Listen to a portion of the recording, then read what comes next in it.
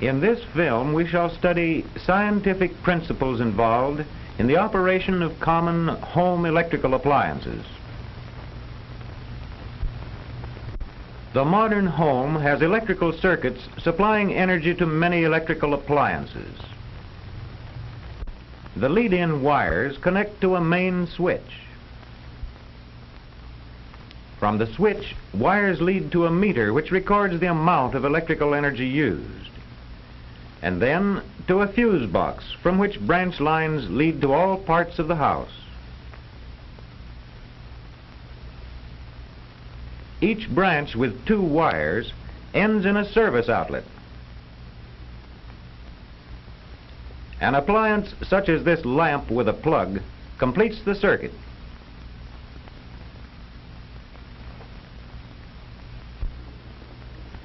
Home electrical appliances such as this electric range, electric roaster, and many others depend on the fact that electricity produces much heat as it passes through certain substances.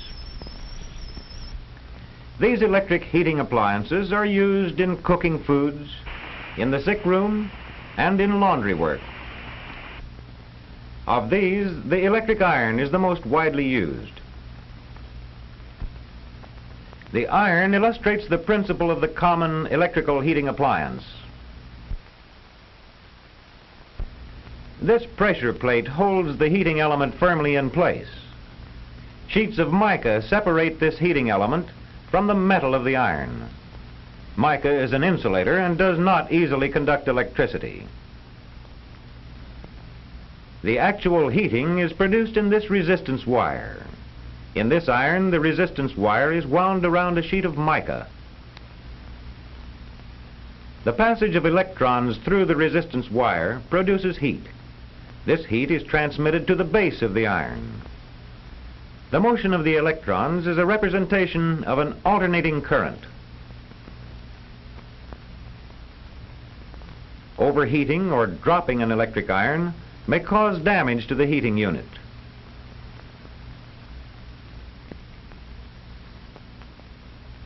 If the damage is in the resistance wire or in the insulating material, the iron can be restored to usefulness by inserting a new heating unit.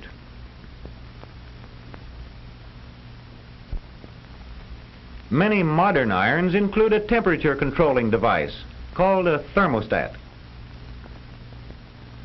The principle of the thermostat mechanism is shown by this animated drawing. At the top is a strip consisting of 2 metals welded together. As the iron cools, the strip again straightens out and makes contact. Electrons flow through the circuit. As this iron heats, the lower metal of the strip expands more than the upper metal. This causes the strip to bend and again break the contact. No electrons can flow, and the iron cools. This alternate closing and opening of the circuit maintains a nearly constant temperature.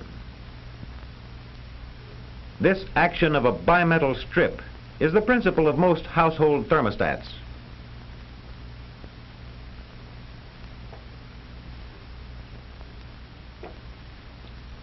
The incandescent electric lamp uses a resistance wire to produce light.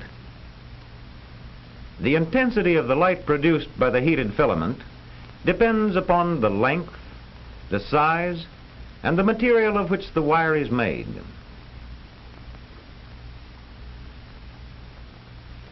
Modern floor lamps direct much of the light upward for more even illumination.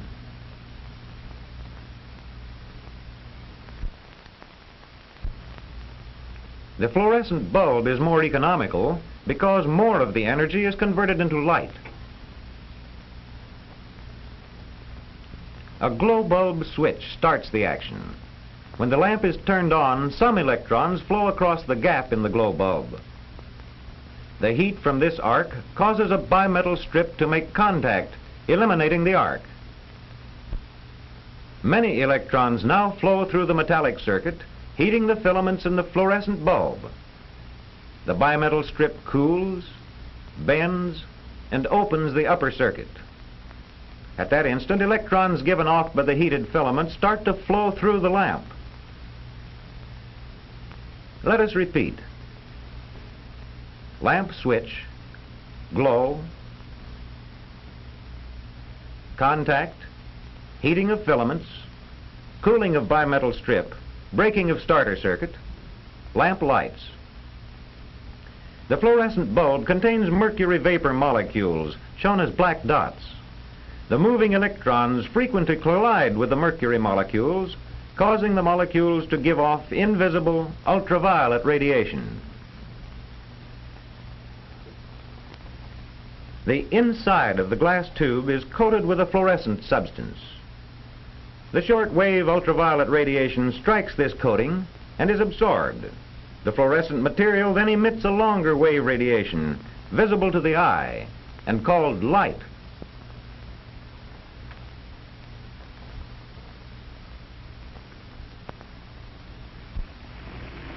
Electricity is also used to operate motors, as in the washing machine, in the dishwasher, in the electric mixer, and in many other appliances of everyday convenience. Of course, all of these motor appliances involve other physical principles besides electricity. The vacuum cleaner is one of the common home appliances driven by a motor.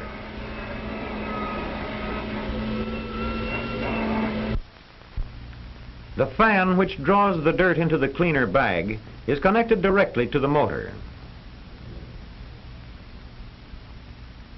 Let us start the motor and see the fan as it revolves. The revolving part of the motor is called the armature.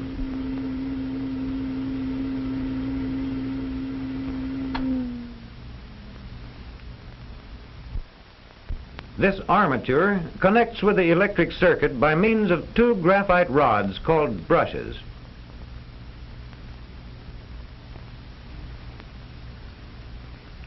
If these brushes become worn down, replacement is easily made by unscrewing the cap over the spring which holds the brush in position.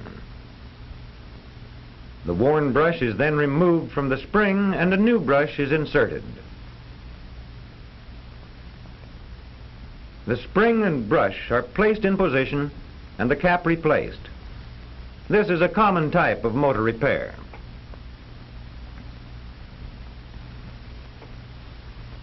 The common type of electric refrigerator also depends upon the use of a motor. The electric motor drives a compressor pump. Pipelines connect the compressor with the condenser and with the evaporator. A refrigerant is used which normally is a gas, but which can be changed to a liquid by compression.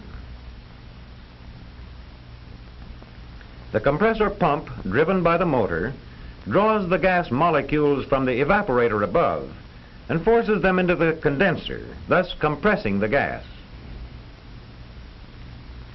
In the condenser, heat is withdrawn from the gas by the cooling surfaces.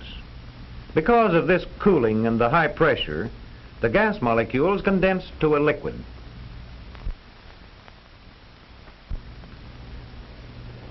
A fan, also driven by the electric motor, is sometimes used to carry away this heat. Here we see the compressor pump, and here is the condenser with the fan in back of it. The liquid is forced into the evaporator through a needle valve. Here, under reduced pressure, the liquid evaporates and becomes a gas. In this process, heat is withdrawn from the freezing compartment.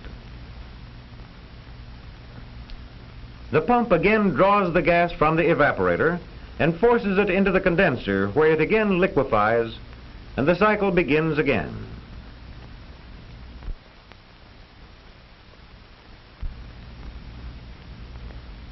As a result of heat being withdrawn from the freezing compartment, convection currents are set up in the air within the refrigerator.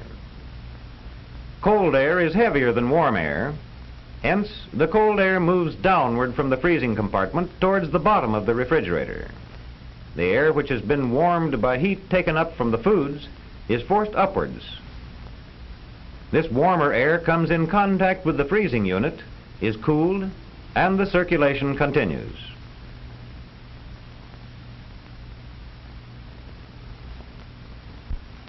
Electrical appliances should be properly maintained.